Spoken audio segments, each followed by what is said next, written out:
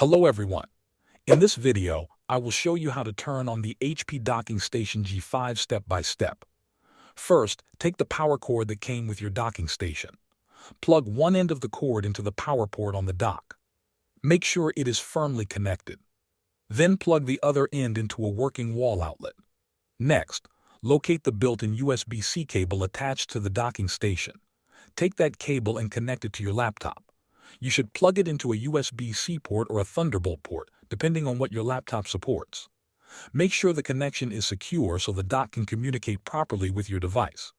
In many cases, the docking station will turn on automatically once it is connected to both power and your laptop.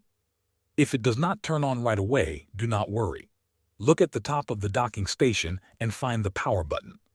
Press it once to turn the dock on. After pressing the power button, check the LED indicator light.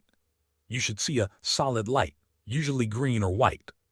This light means the docking station is powered on and ready to use.